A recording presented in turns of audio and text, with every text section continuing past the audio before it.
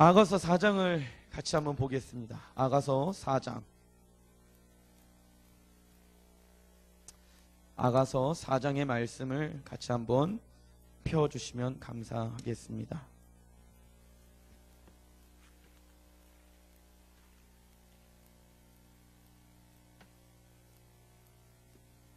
자, 아가서 10번째 이야기입니다. 같이 한번 제목 읽어보겠습니다.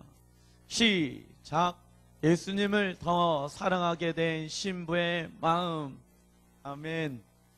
예수님을 더 사랑할 수 있는 오늘 이 시간 되길 소원합니다. 아멘. 계속해서 아가서를 진행하고 있습니다.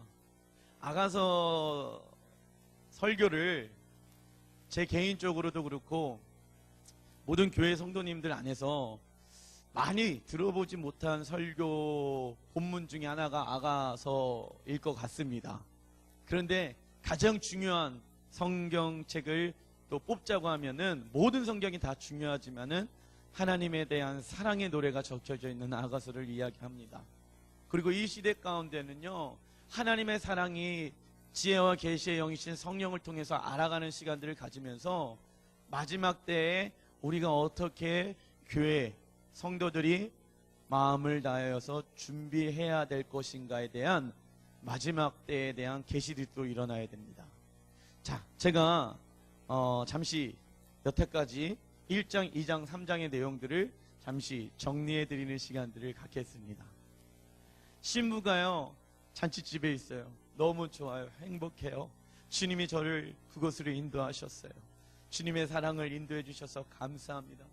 천국이 천국 될 수 있는 근본적인 이유, 예수님이 천국에 뭐하고 계시기 때문에, 통치하고 계시기 때문에 천국이 천국 될 수 있습니다. 할렐루야.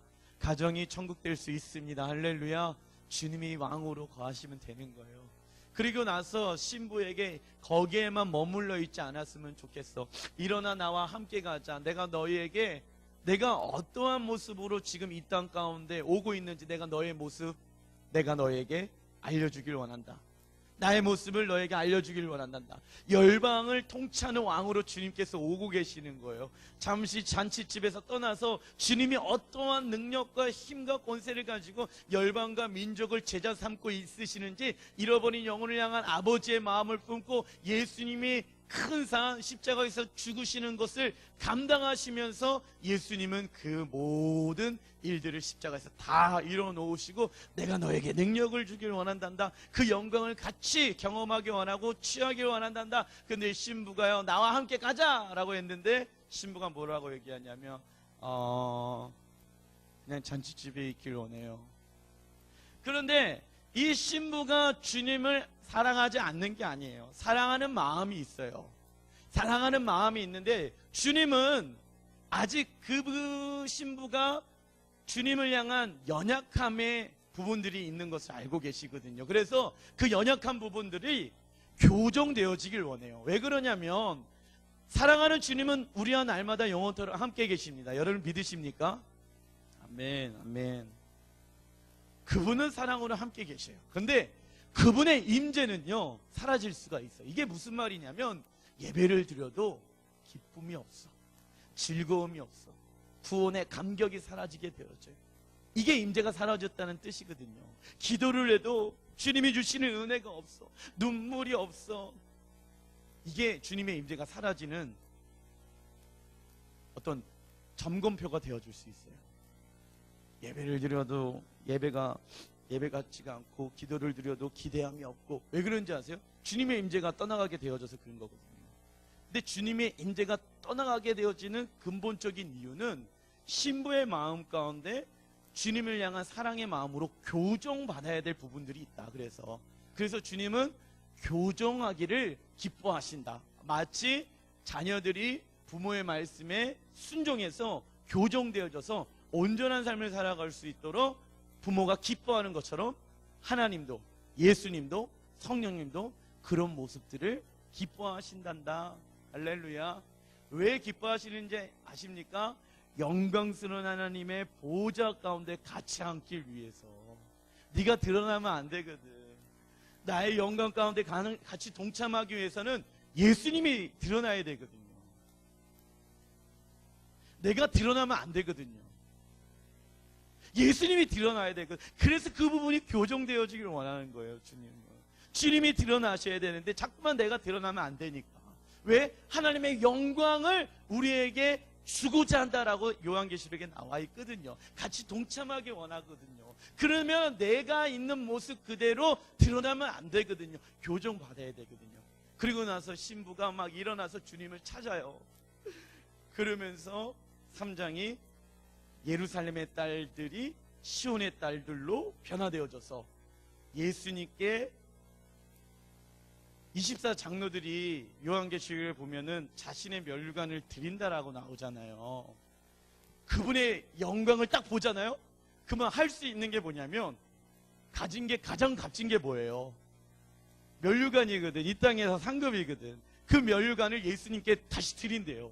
왜 드리냐면 그분의 영광과 아름다움의 모습을 보게 되어졌을 때 은혜 받은 사람들의 특징, 내가 어떻게 하면 주님을 위해서 헌신할 수 있을 것인가.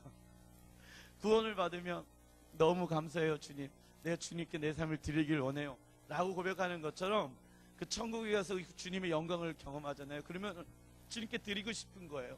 그런데 이 시온 예루살렘의 딸들이 아직 연약한 상태거든. 그런데 시온의 딸들로 변화되어진대요, 교회들이. 그러면서 교회가 주님께 무슨 면류관을 드린다? 마음과 정성과 뜻을 다하여 여호와를 사랑하는 면류관을 주님께 드린다는 거예요. 우리가 주님 앞에 드릴 수 있는 면류관은 우리의 마음으로 주님을 사랑하는 면류관을 드린다는 것입니다. 할렐루야.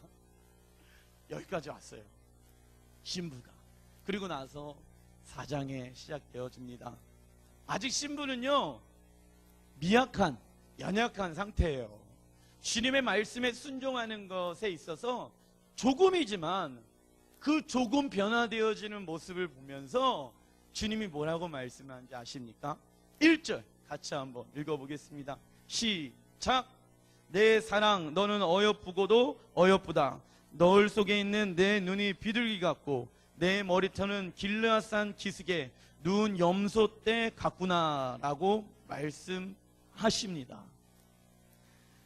아직요 이 신부의 모습 가운데 3장에 일어난 상태예요.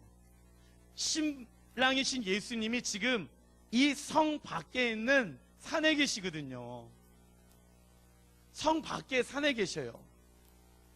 그런데 아직 이 신부가 아가서 3장에 보게 되어지면 아직 성 안에 있어요. 떠나지 않은 상태예요. 그런데 주님은 뭐라고 말씀을 하는지 아세요? 신부가 이런 얘기를 하는 거예요.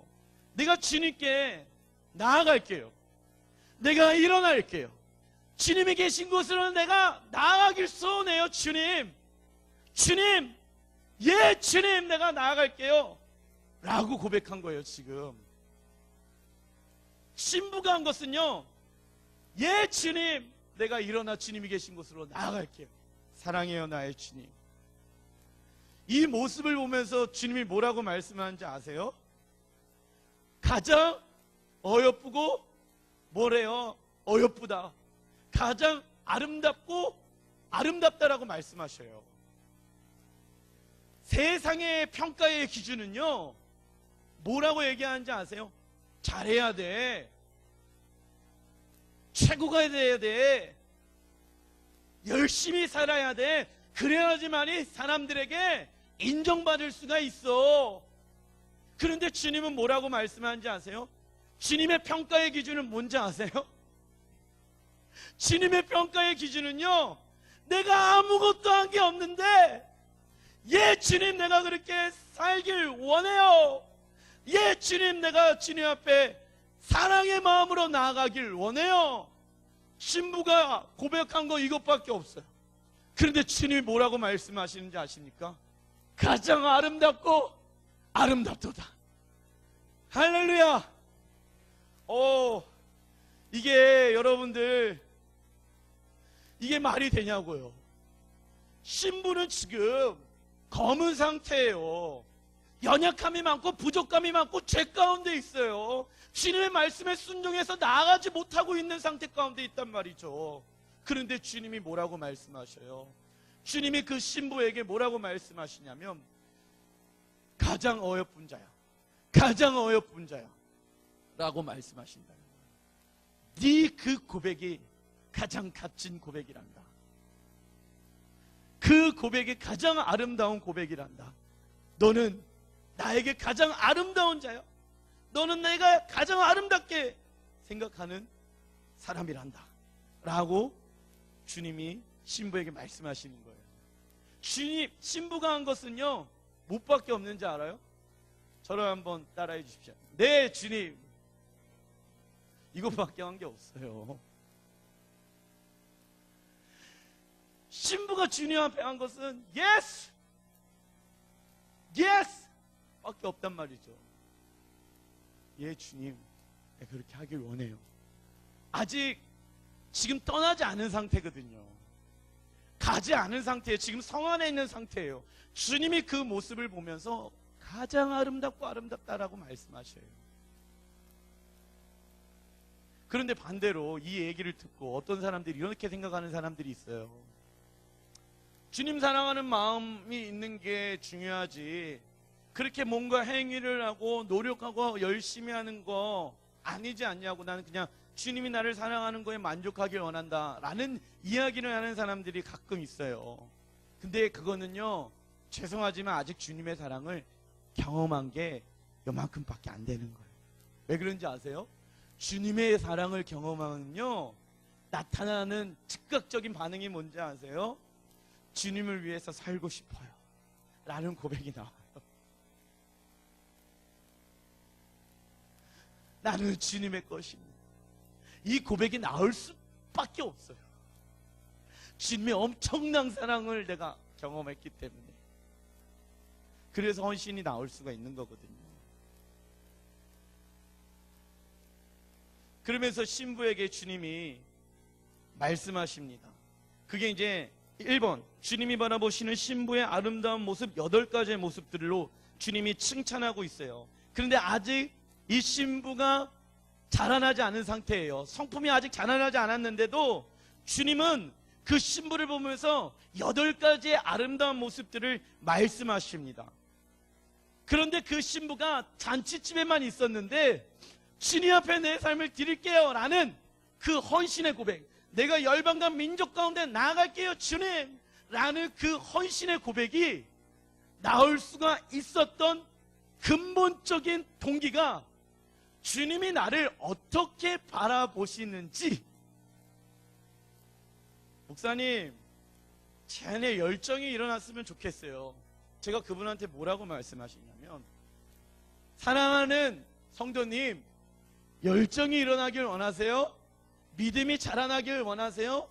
주님을 향한 사랑의 마음들이 더 커지길 원하세요? 그렇다고 하면요, 해야 될 것은요, 주님이 나를 향해서 얼마나 열정적으로 사랑하시는지, 주님이 나를 바라보면서 얼마나 기뻐하시는지, 주님이 나를 바라보면서 얼마나 즐거워하시는지를 아시면 내가 주님을 향한 열정들이 생기게 되어져요. 내가 주님을 향한 사랑들이 생기게 되어져요. 내가 주님을 향한 믿음들이 생기게 되어져요.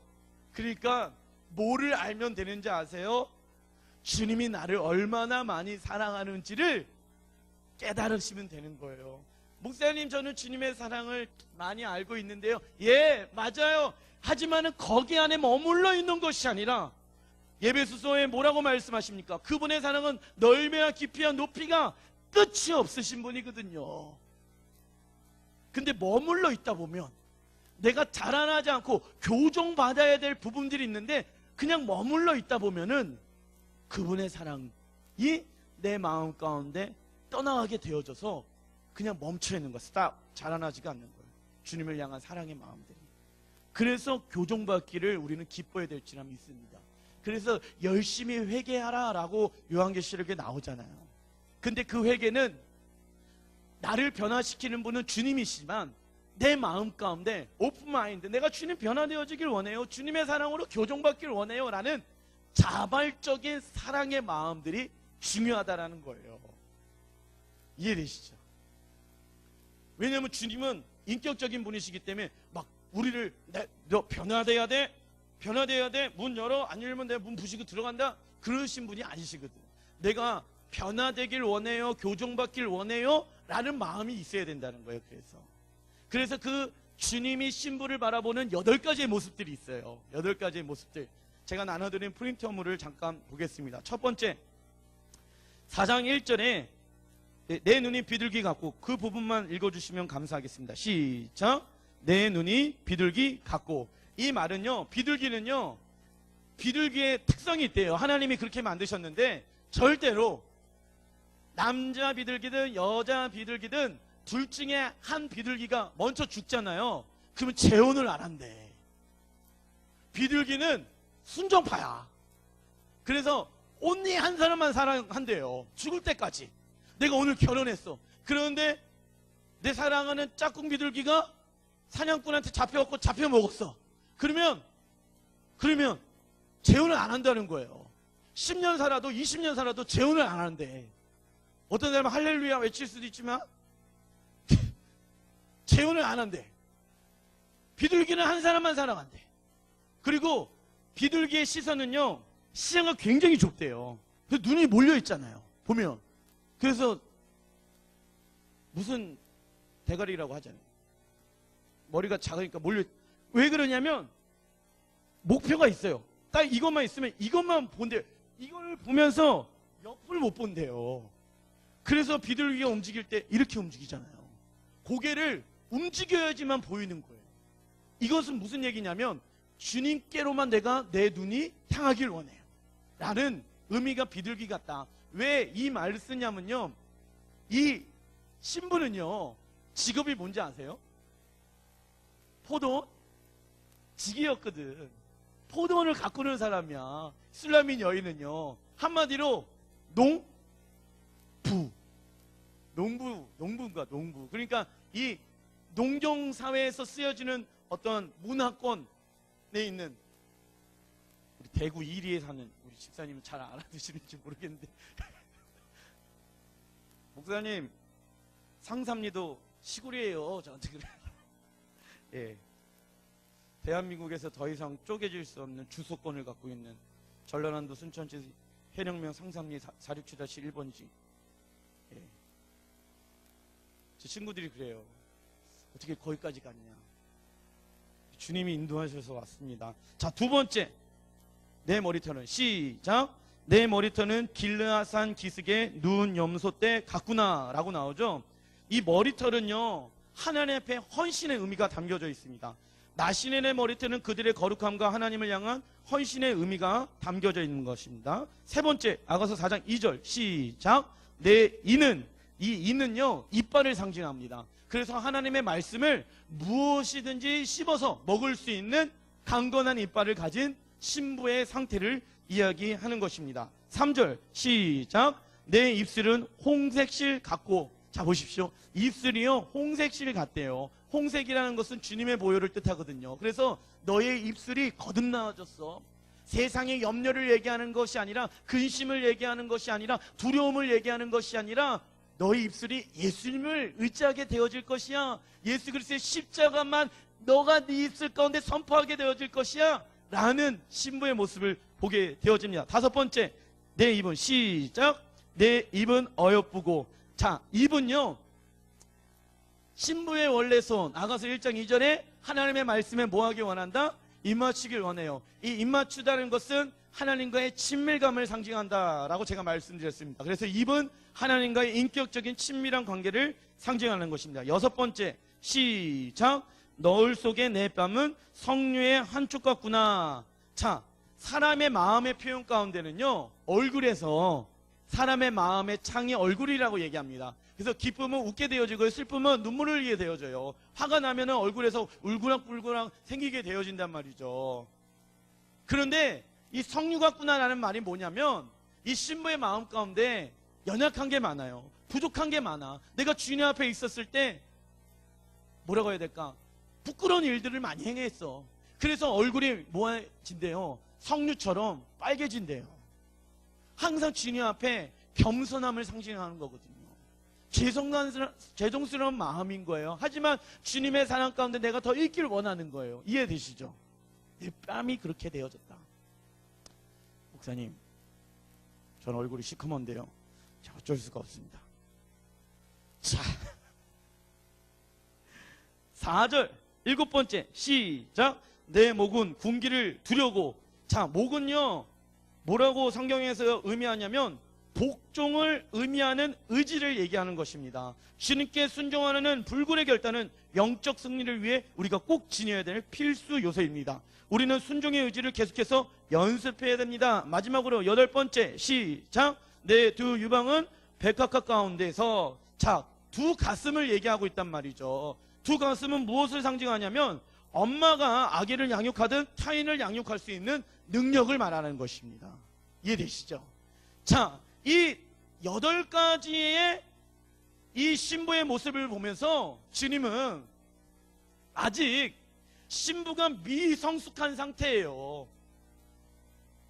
아직 연약한 상태야. 아직 그렇게 살아내지 못하고 있어요.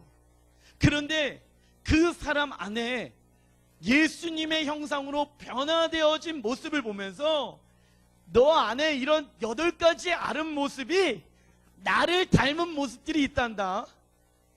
와, 너무 아름다워. 그 모습을 보면서 지금 아름다운 이유에 대해서 8가지에 쭉 얘기한 거예요. 지금 4절까지 4장 1절부터 4절까지 쭉 얘기하고 있는 거예요. 주님이 그게 가장 아름다워. 내가 왜 아름다운지 아니? 네 목은 자꾸만 나한테 내가 주님 앞에 순종하겠습니다 라는 의미를 가지고 있고, 네 머리털은 내 앞에서 하나님 앞에 결단의 의지를 가지고, 네 입술은 내 안에서의 친밀감을 더 원하는 마음들이 담겨져 있기 때문에 너가 너무 아름다워. 그런데 신부의 상태는 어떠한 상태예요? 검은 상태거든. 연약함이 많거든. 그런데 그런 모습을 보면서 네가 가장 아름다워. 사랑하는 나의 신부야, 네가 가장 아름답다. 네가 가장 아름답다.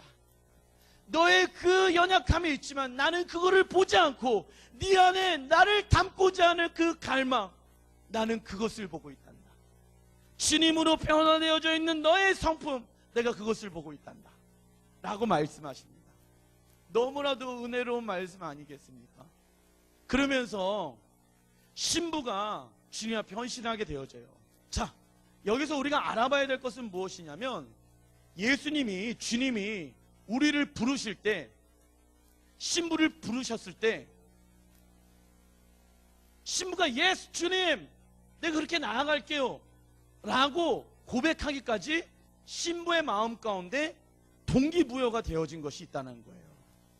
근데 제가 생각해 보니까 저도 여기까지 오면서 주님이 동일한 방법으로 신부에게 주었던 동일한 방법, 한 사람이 주님 앞에 헌신할게요, 예 주님, 주님 사랑합니다, 이 고백이 나올 때까지 주님은 모든 사람들에게 동일하게 동기부여를 하고 계시더라고요. 그게 에베소서 5장에 나옵니다. 큰 2번, 신부의 헌신이 나오기까지 주님의 동기부여 방법. 자, 에베소서 5장 26절 같이 한번 읽어보겠습니다. 시작.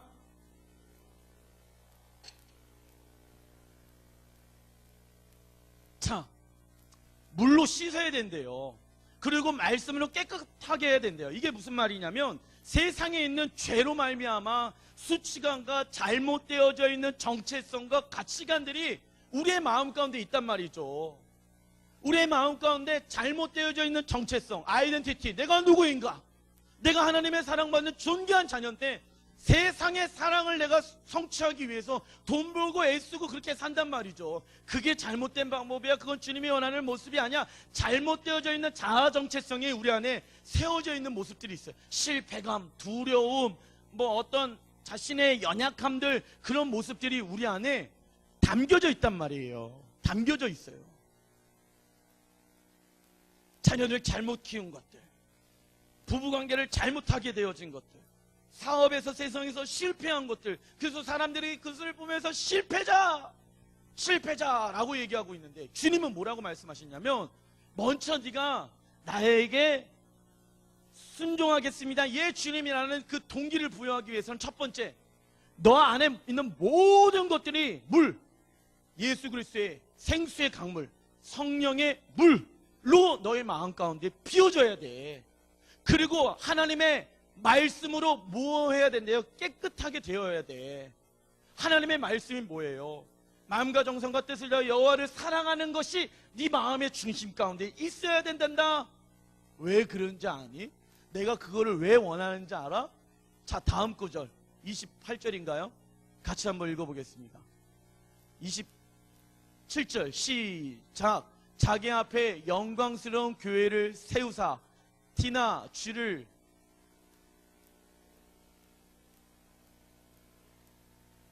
옛날엔 다 보였는데요, 안 보여요 잘.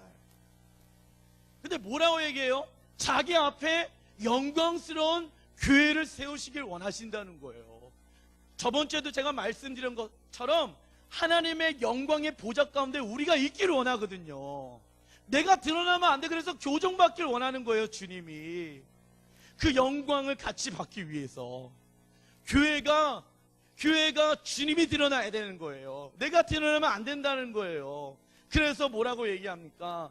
물로 씻겨줘야 돼. 하나님의 말씀으로 깨끗하게 되어줘야 돼. 그 이유는 영광이, 교회가 그 하나님의 영광을 받기 위해서 하나님의 보좌 가운데 우리가 하나님의 자녀가 되는 권세를 입어서 보좌 가운데 우리가 주님과 함께 같이 뭐하고 있대요? 있고 있다. 그 영광을 동참하길 주님이 원하신다는 거예요. 자, 요한계시록 가보게요. 요한계시록 빨리 피자. 21장 시간이 없다.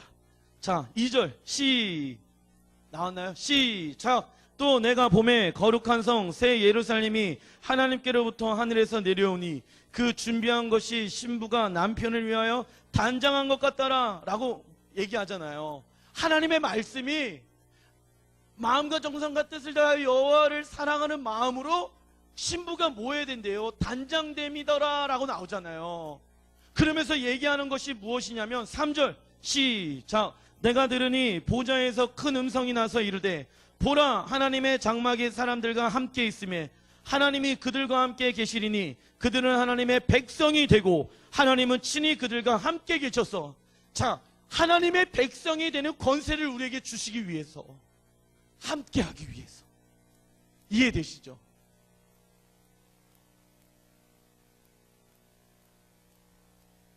이사를 해요. 그러면 사랑하는 자녀와 함께 엄마 아빠랑 같이 가잖아요. 그 집에 그 자녀가 아무것도 한 것이 없어요. 뭐만 했어요? 부모님 곁에 붙어 있었단 말이죠. 그러니까 뭐라고 얘기합니까? 와, 이 집 좋다 라고 얘기를 한단 말이죠. 이것처럼 하나님의 보좌 가운데 우리가 같이 갈 수 있는 것은 내가 마음과 정성과 뜻을 다하여 사랑하는 마음이라는 거예요. 그 마음이 있어야 된다. 자, 그리고 마지막 4절 시작. 모든 눈물을 그 눈에 닦아주시니 다시는 사망이 없고 애통하는 것이나 곡하는 것이나 아픈 것이 다시 있지 아니하니. 처음 것들이 다 지나갔어. 내가 너를 십자가에 다 모든 것을 청산했단다. 모든 고통과 아픔과 슬픔의 눈물들이 다 사라지게 되었죠. 나는 너와 함께 영원히 기쁨과 즐거움과 영광 가운데 같이 동참하길 원한단다. 사랑하는 나의 신부야, 이거를 꿈꿨으면 좋겠어. 이 세상에서는 이런 것이 올 수가 없거든. 그런데 이 세상에서도 예수님이 왕으로 네 가정을, 직장을, 모든 삶에 있는 학교를, 그 영역들을 통치하시면 너의 모든 눈물을 거두어 주실 수 있단다 말씀하십니다. 자, 28절, 에베소서 5장 28절 같이 한번 읽어보겠습니다. 시작. 이와 같이 남편들도 자기 아내를 사랑하기를 자기 자신과 같이 할지니 자기 아내를 사랑하는 자는 자기를 사랑한 것이라. 자, 보세요. 남편은 누구를 상징하냐면요, 예수님을, 신랑 대신 예수님을 상징합니다. 그리고 아내는 누구를 상징하냐면 교회를 상징해요. 사도 바울이 이 얘기를 하면서, 봐라, 남편이 아내를 사랑한대요. 자기 몸을 사랑하는 것처럼. 이 말은 무슨 얘기냐면, 예수님이요, 우리의 남편 대신 예수님이 신부된, 아내된 교회를 자기를 죽이면서까지 사랑하신대요. 그 사랑 가운데 우리는 받아야지만이 교회들이, 아내들이 뭐 할 수 있대요? 살 수가 있대요. 아내들이 행복해질 수 있는 방법은 남편이 아내를 향해 사랑하는 마음이 있어야지만이 행복할 수가 있대요. 쉬운 예로 결혼을 했어요. 그런데 남편이 아내를 사랑하지가 않아요. 그러면 아내는 행복할까요? 행복하지 않을까요? 행복할 수가 없어요. 교회가 마치 이렇다는 거예요. 예수님이 교회를 사랑하시는데 아내의 교회가 그 예수님을 향한 사랑의 마음이 없으면 이 둘의 관계는 무너질 수밖에 없는 거거든요. 삶이 행복하지가 않아. 모든 것을 다 가지고 있어도 신부의 삶엔 행복이 찾아올 수가 없는 거예요. 이해되시죠?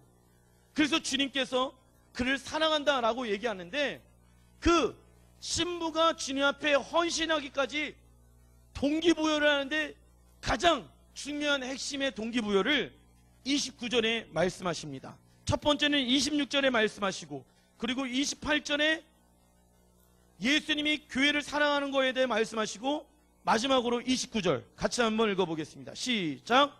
누구든지 언제나 자기 육체를 미워하지 않고 오직 양육하여 보호하기를 그리스도께서 교회에게 함과 같이 하나니. 아멘.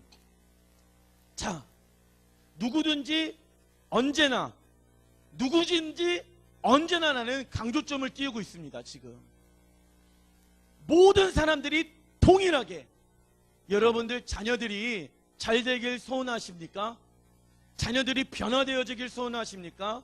남편과 아내가 변화되어지길 소원하십니까? 내 주변에 있는 사람들이 변화되어지길 소원하십니까? 그 소원하는 마음들이 있다면요, 언제나 누구든지 주님이 하신 방법을 행해야 된다는 거예요.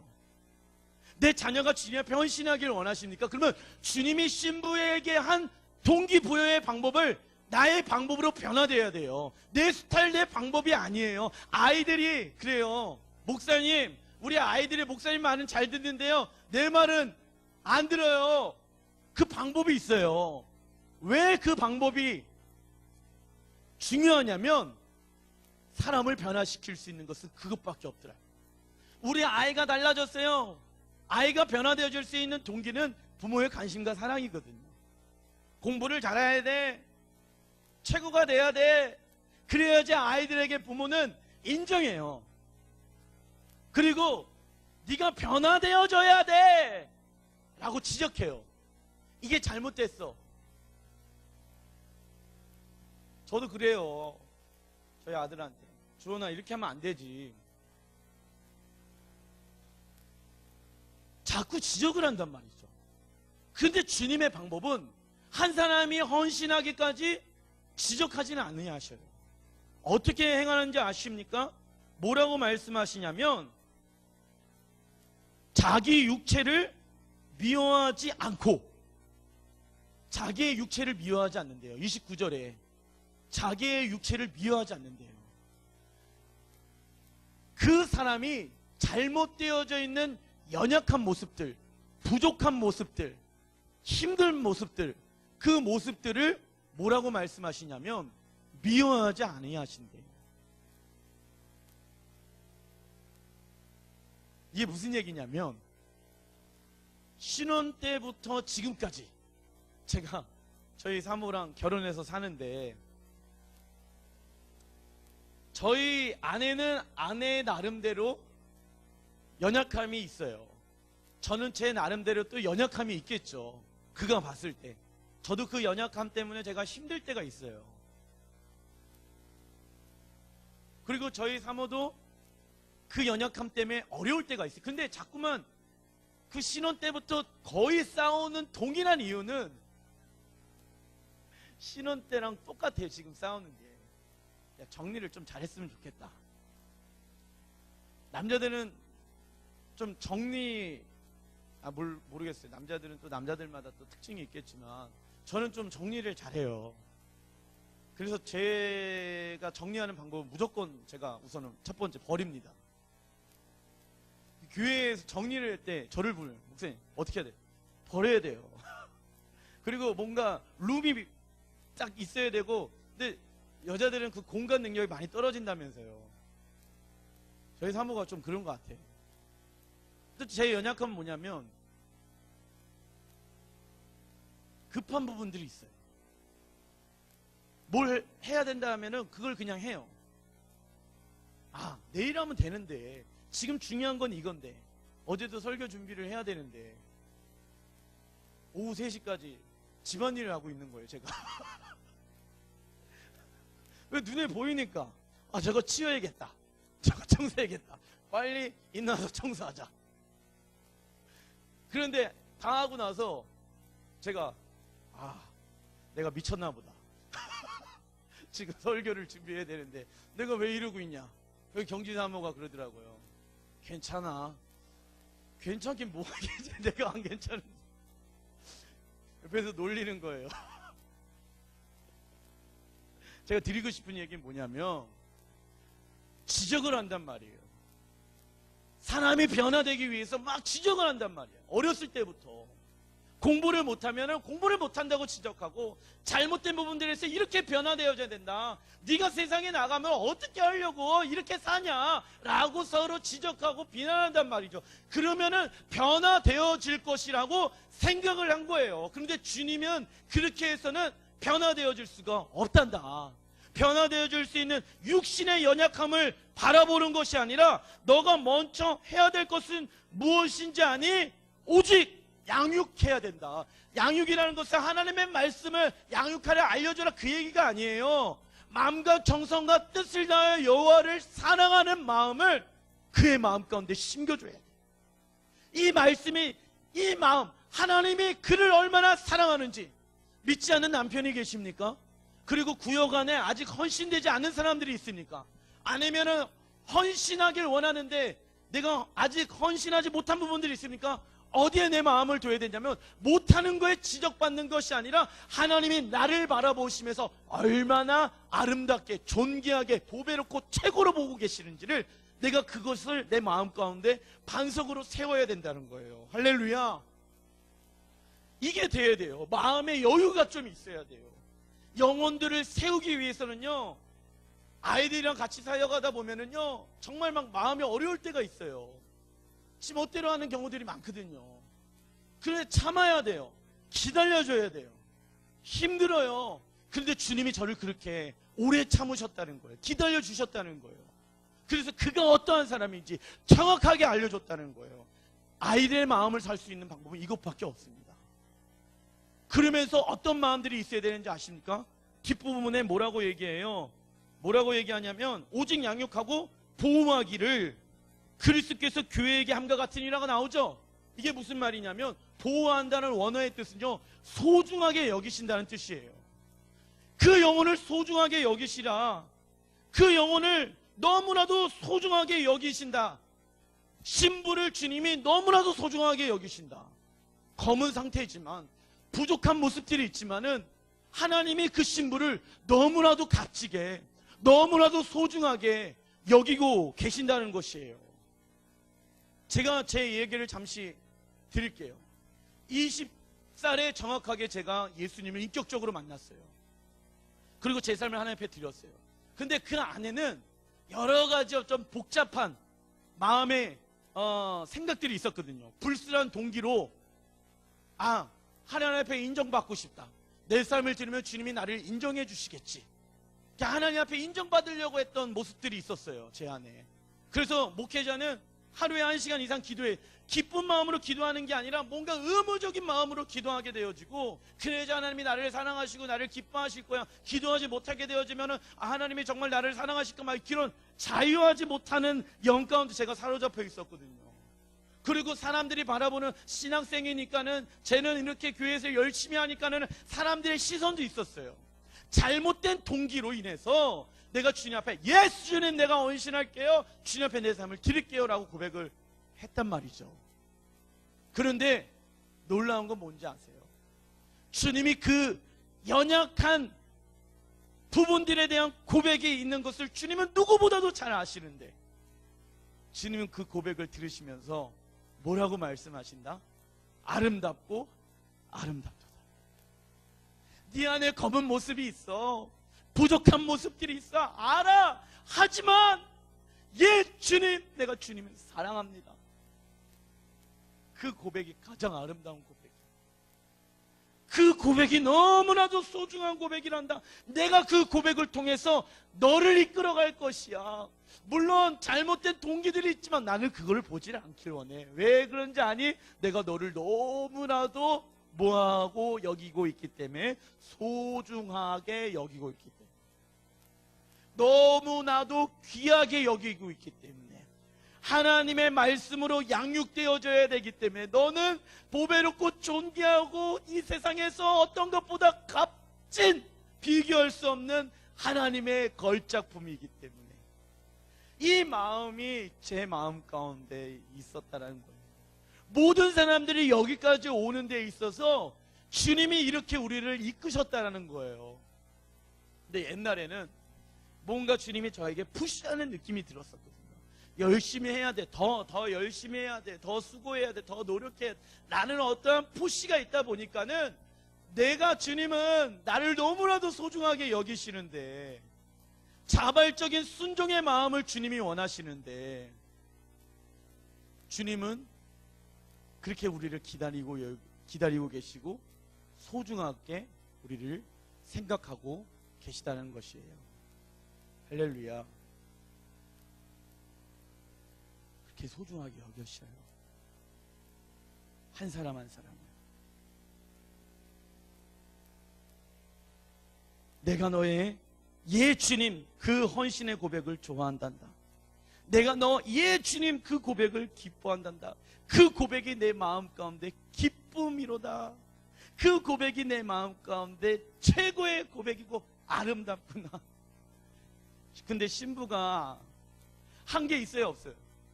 없어요. 지금 잔치집 그냥 거기에서 일어났을 뿐이에요. 아직 산으로 가지 않았단 말이죠. 신부의 안에 연약함이 아직도 있는데 주님은 그 고백이 가장 아름답다고 말씀하셔요. 주님은 우리에게 뭔가 푸시하시는 분이 아니십니다. 주님은 우리를 소중하게 여기십니다. 할렐루야. 이게 주님이 한 사람을 헌신하기까지에 대한 주님의 전략이에요. 한 사람이 주님 앞에 내 삶을 드릴게요 라고 고백할 수 있는 그 주님의 전략이 이 안에 담겨져 있다는 것입니다. 남편, 아내, 자녀들, 그리고 내가 품고 있는 연약함의 믿음을 가지고 있는 사람들, 그리고 여기에 또 교사분들도 계시는데, 학생들을 향한 마음들이 이 주님의 마음들이 있어야 될 줄 믿습니다. 그러면서 주님은 그 고백을 기뻐하신단다. 우리 안에 연약함과 부족함과 계속되어지는 쓰러짐의 영역들이 우리 안에 있습니다. 그런데 주님은 그런 모습들을 보고 그게 너의 모습이야 라고 정의하지 아니하셔요. 내 마음이, 내 심령이 어디를 바라보고 누구를 진정 네가 원하는지, 내가 주님을 원해요. 그게 내가 너를 바라보는 정의란다. 다시 한번 말씀드리겠습니다. 세상은요, 실패하고요, 두렵고요, 낙오자, 실패자, 위선자라고 얘기하는데, 신부는요, 하나님이 신부의 삶을 정의했을 때, 제후의 삶을 한번 봤으면 좋겠다 라고 했을 때 어떻게 정의하는지 아세요? 예 주님 사랑합니다. 이 고백을 통해서 나를 정의하시는, 이해 안 되시죠? 뭔가 해야 될 것 같죠? 주님을 위해서. 그건 자동으로 되는 거예요. 주님이 나를 바라보시면서 바라보는 모습이, 정의가 뭔가 나타나는 모습이 나타나는 것이 아니라, 예스! 주님! 내가 주님을 위해서 살겠어요. 아직 그렇게 살지 않았어요. 아직 궁 안에 있단 말이죠.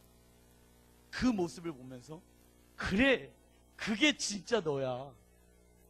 그게 진짜 너야. 주님, 나는 검은데요. 아니야! 내가 너를 위해서 십자가에서 못 박혀 죽었노라. 너의 그 검은 모습을 십자가에 못 박혀 죽었노라. 그리고 내가 너를 위해서 부활하였단다. 그 부활의 영광 가운데 동참하길 원한다고 주님이 신부에게 말씀하고 계시는 것입니다. 다윗의 삶을 보세요. 사도행전 13장 22절 같이 한번 읽어보겠습니다. 시작. 패하시고 다윗을 왕으로 세우시고 증언하여 이르시되 내가 이새의 아들 다윗을 만나니 내 마음에 맞는 사람이라 내 뜻을 다 이루리라 하시더니 내 뜻을 다 이뤘대요, 다윗이. 그런데 36절도 한번 읽어볼게요. 시작. 다윗은 당시에 하나님의 뜻을 따라 섬기다가 잠들어 그 조상들과 함께 묻혀 썩음을 당하였으되, 자, 하나님의 뜻을 따라 다 섬겼대요. 이 성경을 보면서 사무엘상을 보면 자신을 지켰던 그 장군의 아내를 취해서 임신까지 시키고 나서 나중에 그 장군을 죽이기까지 했단 말이죠, 다윗이. 너무나도 악독한 짓을 많이 했는데 그를 보면서 뭐라고 얘기하는지 아세요? 하나님의 마음에 합한 자고 그가 하나님을 사랑하기 때문에 모든 뜻을 다 이루었다. 이게 무슨 얘기인지 아십니까? 하나님의 뜻을 다 이루는 것은요, 첫째 계명이 되면 되는 거예요. 베드로 보세요. 베드로를 보세요. 주님 배신하고 배반했고 너의 마음이 갈대와 같구나 라고 예수님이 말씀하셨는데, 그를 보면서 예수님이 뭐라고 말씀하는지 아세요? 너는 더 이상 갈대가 아니야. 너는 뭐가 된다? 베트라, 반석이 될 것이야. 나는 너의 검은 모습을 보지 않아. 너는 반석이 되어질 것이야. 너가 그렇게 변화되어질 것이라 라고 주님이 말씀하십니다. 그런데 마귀는요, 우리를 위선자, 네가 어떻게 그럴 수 있어? 너는 위선자야. 너는 거짓말쟁이야. 가능성이 없는 위선자, 포기해라. 주님을 사랑하는 거에. 예, 주님, 이 고백을 하지 못하도록 누가? 마귀와 사단이 우리의 마음 가운데 속삭인다는 거예요. 하나님이 너 같은 애를 쓸 수 있겠느냐라는 것은 누구의 말이에요? 사단과 마귀의 말이에요.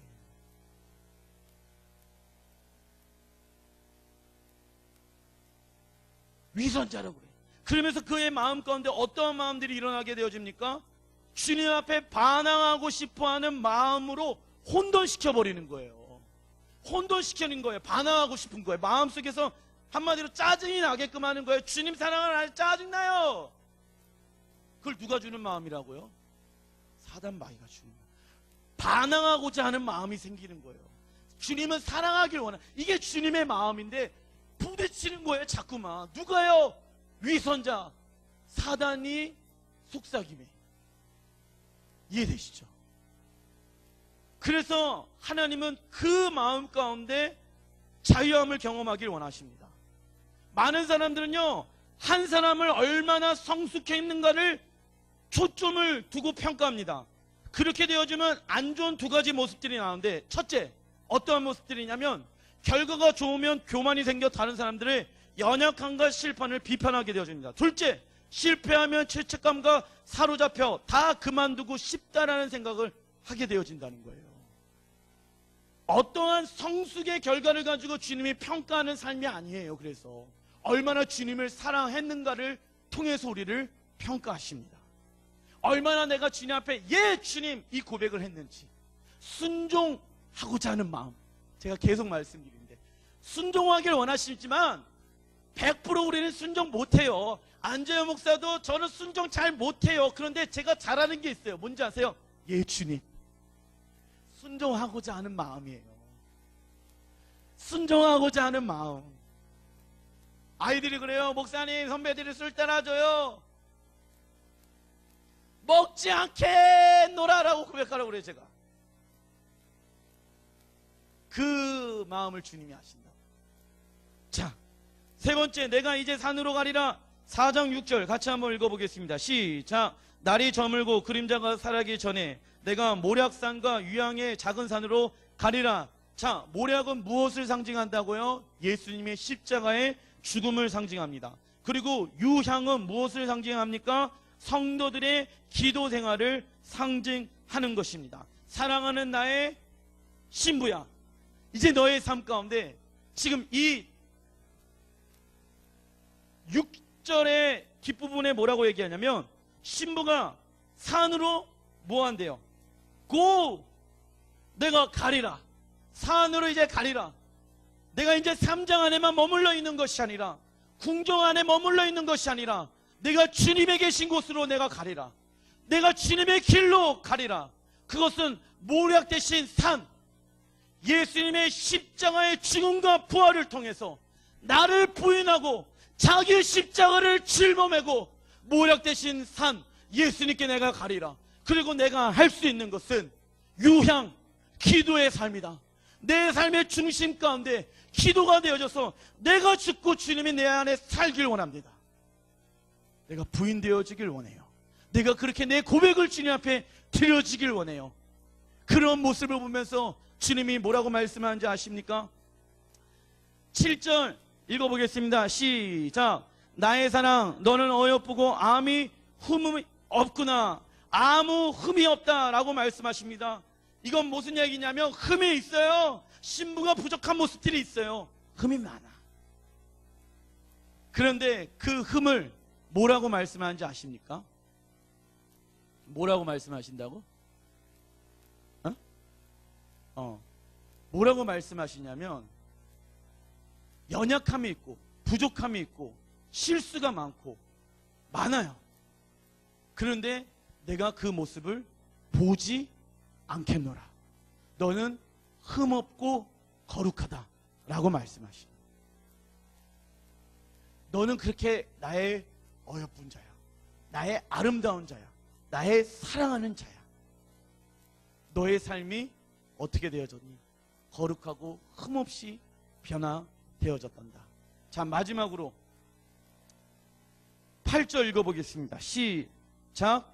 내 신부야, 예배팀 나와주시고, 나와 함께하고 레바논에서부터 나와 함께 가자. 아마나와 스닐과 헤르몬 꼭대기에서 사자굴과 표범 산에서 내려오너라. 자, 그 당시 가장 아름다운 산이라고 얘기할 수 있는 것은 레바논 산이었거든요. 왜냐하면 이스라엘은 광야이기 때문에 나무가 그렇게 풍성하게 많지 않은 나라거든요. 근데 레바논은요, 풍성한 나무의 모습들이 있어요. 열매들이 있어요. 그런데 마지막에 뭐라고 주님이 말씀하는지 아십니까? 내 신부야. 주님이 말씀하셔요. 처음으로 어여쁜 자라고 말씀하시거든요. 계속해서 보배롭고 존귀하다고 말씀하시거든요. 근데 이 4장까지 오면서 처음으로 주님이 신부를 보면서 뭐라고 말씀하는지 아세요? 내 신부야 라고 말씀하셔요. 이 신부는요, 무엇을 상징하는지 아십니까? 칼라흐, 완성의 뜻이 있어요. 사랑하는 나의 신부야, 이제 완성되어졌단다. 이제 다 이루어졌단다. 너가 주님, 내가 그렇게 살길 원하고요. 그리고 유향과 모략의 산으로 내가 가리라. 맞아, 너를 부인하고 너를 십자가에 죽이고 너를 그 십자가 안에 연합되어진 것 안에서 내가 너를 부르고 있단다. 그 완벽한 연합 가운데 너가 있으면 되는 것이야. 이제 완성되어졌어. 근데 신부는 아무것도 nothing 한 게 없어요. 신부가 한 거 아무것도 없어. 주님, 내가 그렇게 살기를 원해요 라는 고백만 했을 뿐이지, 신부가 한 것은 아무것도 없다라는 거예요. 근데 주님이 완성되어졌어. 너는 나의 영원한 동반자가 될 것이야. 너는 나의 영원히 함께하게 될 거야. 너는 나의 아내가 되어질 것이야. 너는 나의 신부가 되어졌단다. 완성되어졌어. 그리고 레바논 산 꼭대기에 올라가서 그 멋있는 풍경을 보렴. 하나님이 너를 위해서 그렇게 준비해 놨단다. 내가 그 하나님의 영광과 아름다움을 그냥 그 나무만 바라보고 있지 말고 높은 산으로 올라가서 나와 함께 그 하나님의 영광을 경험하자. 주님이 그 아름다운 산으로 신부를 초대하고 계십니다. 이 땅에서 수고하고 무거운 짐이 있니? 그 짐을 나에게 맡기면 되는 거야. 이 세상의 짧은 70년 80년 생활 동안 그것 때문에 어려워하지 말고 내가 너에게 예배해 놓은 그 영광의 아름다움을 경험했으면 좋겠단다. 준비됐어? 다 준비됐어? 예? 나 준비한 거 없는데요 주님. 아니야, 네가 나한테 그랬잖아. 예, 주님 이렇게 살게요. 내가 주님 사랑할게요 라고 고백했잖아. 그게 준비가 된 거야.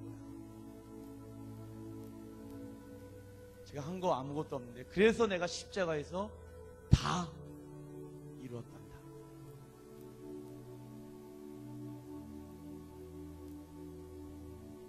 그날이 속히 올 줄 믿습니다. 모든 신부들의 수고와 눈물과 고통과 아픔을 주님께서 씻겨줄 그날 반드시 오십니다. 그날을 기대하세요. 우리 다 같이 일어나셔서 주님 앞에 찬양으로 나아가겠습니다.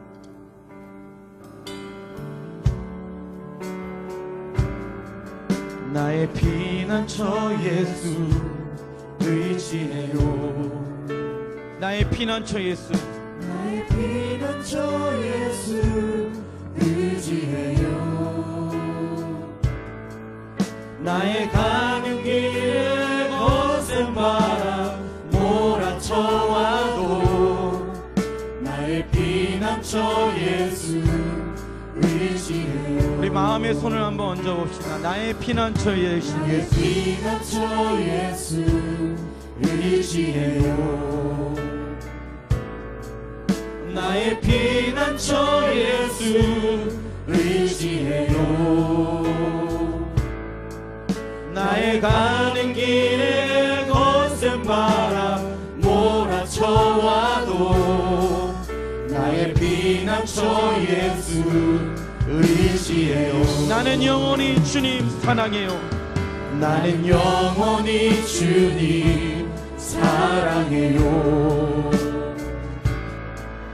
나는 영원히 주님 사랑해요. 세상 어떤 것도 나의 사랑 끊을 수 없네. 나는 영원히 주님만을 사랑합니다. 우리 아버지 이름을 불러봐. 아버지 나를 사랑하시니 나의 모든 것 주께 드려요. 아버지 내가 여기 있어요. 주님 앞에 우리의 삶을 드려요. 주님 영광 위하여 다시 한번 우리 아버지 이름을 불러봅시다. 아버지 나를 사랑하시니 나의 모든 것 주께 드려요. 아버지 내가 여기 있으니 주님 영광 위하여 서주세요. 한량없는 은혜, 갚을 길 없는 은혜, 내 삶을 에워싸는 하나님의 은혜를 찬양합니다. 하나님의 은혜. 주님, 내가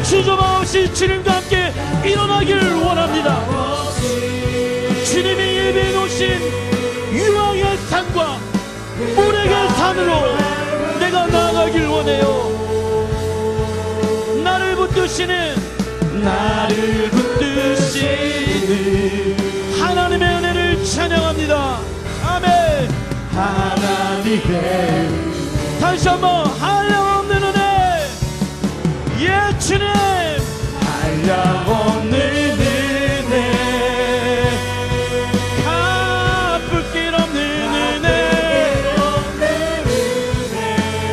내 삶을 애워싸는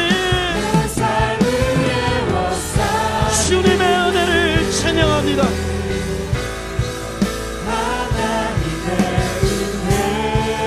나 주저함 없이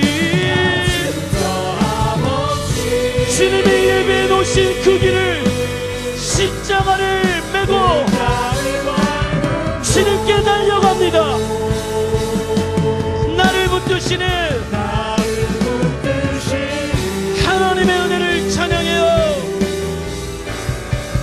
하나님의 은혜. 우리 이 시간 예 주님, 우리가 주님과 함께 일어나 주님이 계신 그 동상 가운데 나아가길 원한다고 내 삶을 주님께 드리겠노라. 주님의 이름 세 번 부르고 기도합시다. 주여 주여 주여. 주님, 나를 소중히 여기시는 주님, 나를 세상의 어떤 것보다 소중히 여기시는 주님, 하나님의 사랑의 말씀으로 나를 세우기를 원하시는 주님,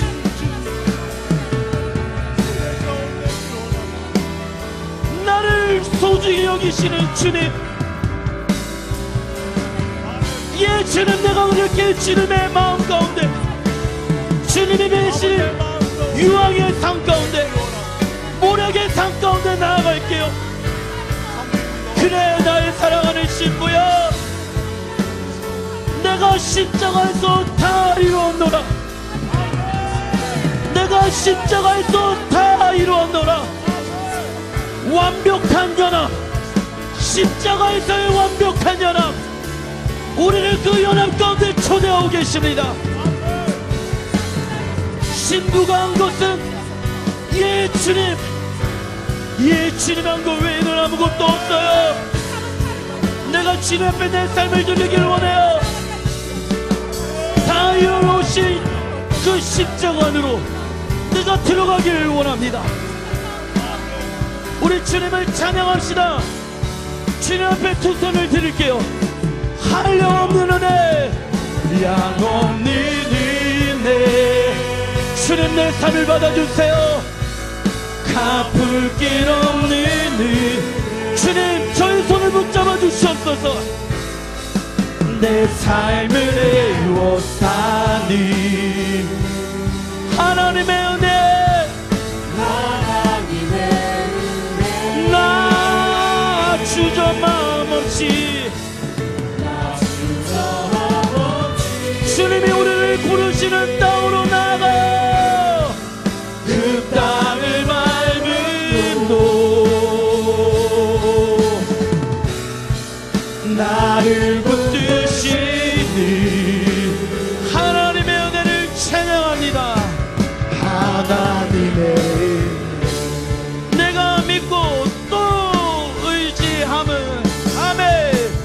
내가 믿고 또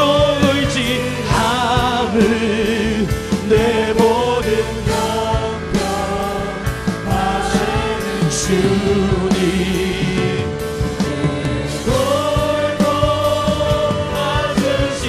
주님이 하셔요. 나는 확실히 하네. 내가 믿는 것은 주님을 의지하는 것. 내가 믿고 또 의지함을 내 모든 형편 차라리 주님 늘 돌봐 주실 것을 나는 확실히 하네. 확실히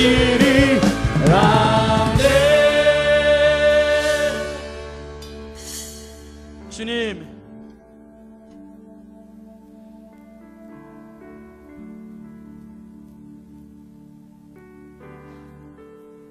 내가 모략 대신 그 예수님의 십자가의 죽음, 나를 부인하고 자기 십자가를 메고 주님 앞에 나아갑니다.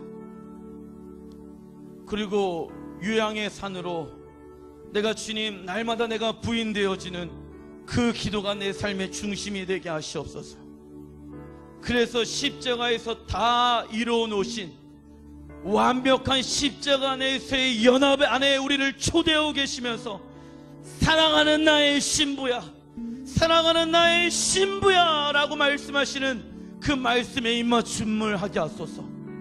신부의 어떤 행위와 노력이 아닌 그 신부의 그 모습 그대로를 사랑하고 계시는 주님, 나를 소중히 여기시는 주님, 내가 주님의 말씀에 입맞추게 하여 주십시오. 내가 주님을 더 사랑할 수 있는 마음들이 내 안에서 일어나게 하여 주시옵소서. 우리를 자꾸만 위선자라고 속이고 있는 사단 마귀들은 예수의 이름으로 명하노니 떠나갈지어다. 내 안에서 내 마음 가운데 떠나갈지어다. 주님께 예추임하지 못하게끔, 글쎄요, 아직은요 라고 생각하는 보류하게 되어지는 마음들, 부정적인 생각들, 만어들, 단어들, 주님 앞에 예추임하지 못하게 하는 내 마음에 어떠한 묶여져 있는 것들, 예수의 이름으로 명하노니 풀어질지어다. 풀어질지어다. 풀어질지어다. 자유케 될지어다. 자유함이 임할지어다. 성령님 충만하게 임재하시옵소서. 성령님 임재하시옵소서. 성령님 충만하게 임재하시옵소서. 자유함이 임하게 하소서. 주님 앞에 예 주님 고백할 수 있도록 그 입술의 마음을 열어주시옵소서. 예 주님, 예 주님, 예 주님, 이 고백이 나의 고백 되길 원합니다. 그 고백이 마음의 중심에서부터 터져나오게 하소서. 터져나오게 하소서. 더욱더 흘러나오게 하소서. 내가 한 것이 아무것도 없어요.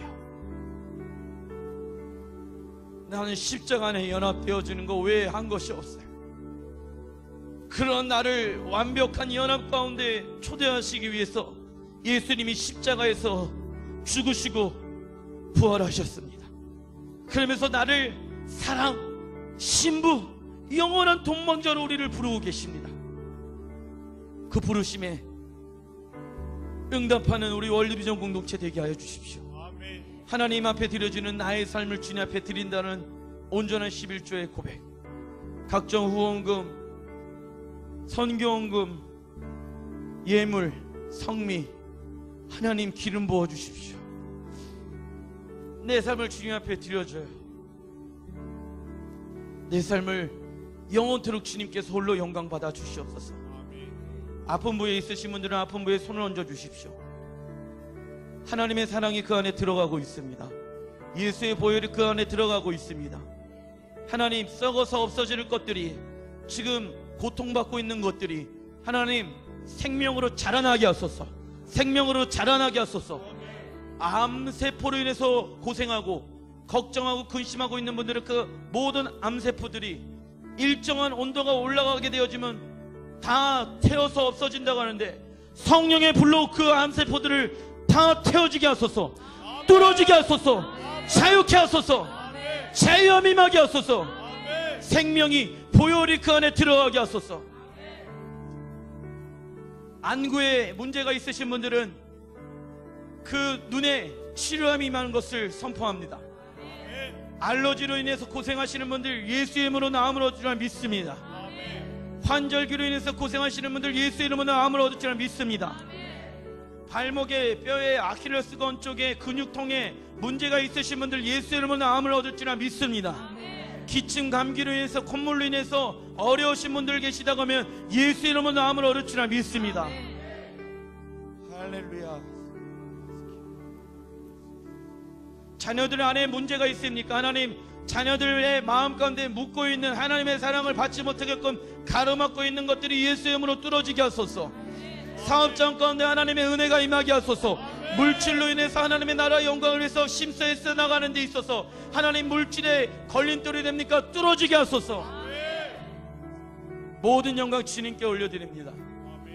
예 주님, 내가 주님 앞에 고백할 수 있는 이 문장이 평생의 고백되게 하여 주시옵소서.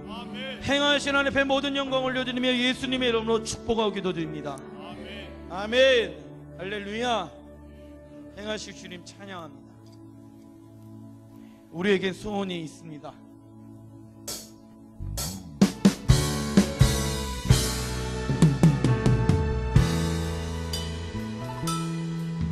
우리에게 소원이 하나 있네. 주님 다시 오실 그날까지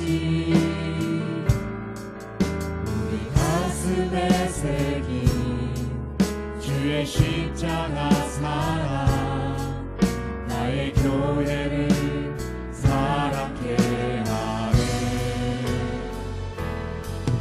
주의 교회를 향한 우리 마음, 희생과 포기와 가난과 고난, 하물며 죽음조차 우릴 막을 수 없네. 우리 교회는 이 땅에 희망, 교회를 교회되게, 예배를 예배되게 우릴 사용하소서. 진정한 부흥의 날 오늘 임하도록 우릴 사용하소서. 성령 안에 예배하리라. 자유의 마음으로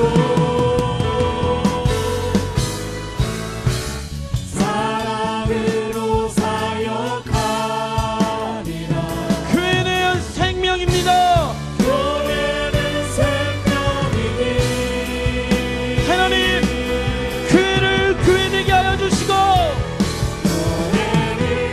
교회를 예배되게 하소서. 예배되게 하나님이 살아계시는 예배, 우릴 사용하소서. 진정한 부흥의 날 정한 부흥의 날 오늘 임하도록 임하도록 우릴 사용하소서.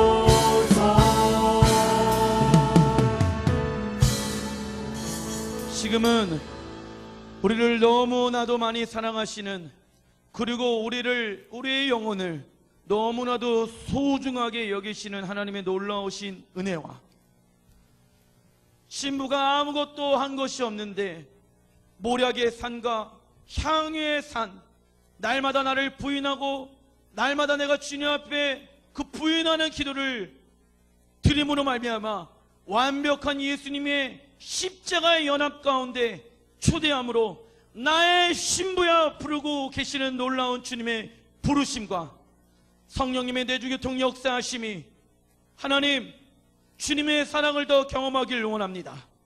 아멘. 내 마음의 심령 가운데 예 주님, 이 고백이 일어나게 하여 주십시오. 직장과 가정과 삶에 있는 모든 영역과 우리 자녀들의 삶 가운데 이 고백이 중심으로 터져나오게 하소서. 그런 은혜가 이제부터 영원토록 함께 있을지어다. 아멘. 할렐루야. 우리 주님 앞에 영광의 박수 올려드립시다. 모든 예배의 영광 주님 홀로 받으소서. 우리 세 분 이상 주님이 당신을 사랑하십니다. 인사하겠습니다.